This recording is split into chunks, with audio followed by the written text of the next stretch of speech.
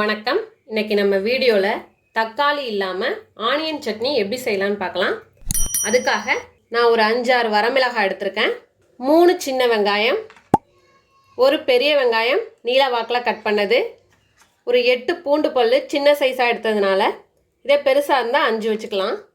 ஒரு சின்ன துண்டு புளி, ஒரு 3 டேபிள் ஸ்பூன் அளவுக்கு தேங்காய் துருவல், தாளிப்புக்கு 1/2 டீஸ்பூன் கடுகு, 2 வரமிளகாய் உடச்சி வச்சுருக்கேன், கொஞ்சமாக கருவேப்பிலை, உப்பு தேவையான அளவு, எண்ணெய் தேவையான அளவு. இப்போ எப்படி செய்யலான்னு பார்க்கலாம்.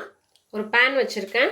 இப்போ இதில் ஒரு ஸ்பூன் அளவுக்கு நான் நல்லெண்ணெய் சேர்த்துக்கிறேன். இந்த சட்னிக்கு நல்லெண்ணெய் சேர்த்து வதக்கினா தான் நல்லாயிருக்கும்.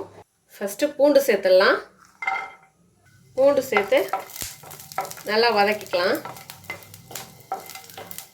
இப்போ பூண்டு நல்லா கலர் மாறிடணும். இந்த அளவுக்கு மாறினாலே போதும். இப்போ வரமிளகாய் சேர்த்துக்கலாம்.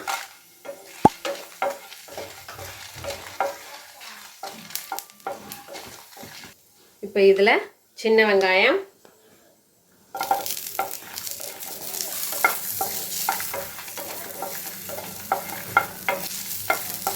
அதோட பெரிய வெங்காயம்,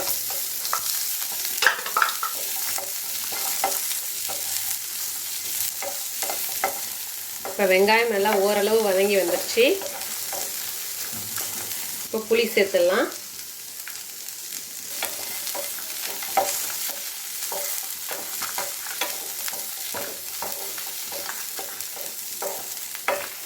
இப்போ இதில் சட்னிக்கு தேவையான அளவு உப்பு.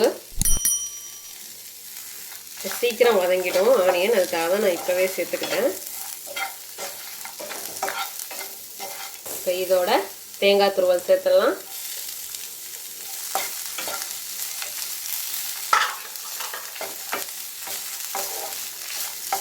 இப்போ எல்லாமே நல்லா வதங்கி வந்துடுச்சு.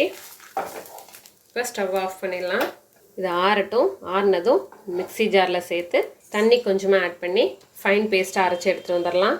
சூப்பராக அரைச்சி எடுத்துகிட்டு வந்தாச்சு. இப்போ இதை ஒரு பவுலில் ட்ரான்ஸ்ஃபர் பண்ணிக்கலாம். பவுலில் மாற்றியாச்சு. தாளிப்பு ஐட்டத்தை தாளித்து கொட்டிடலாம்.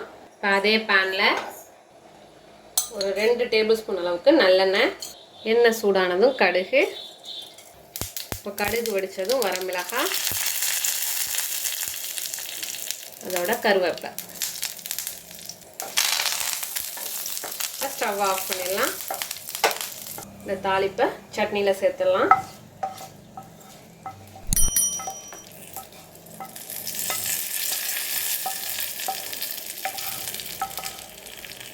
அவ்வளோதான், நம்மளோட அருமையான அற்புதமான தக்காளி இல்லாத ஆனியன் சட்னி தயாராகிடுச்சு.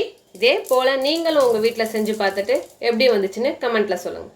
தேங்க்யூ.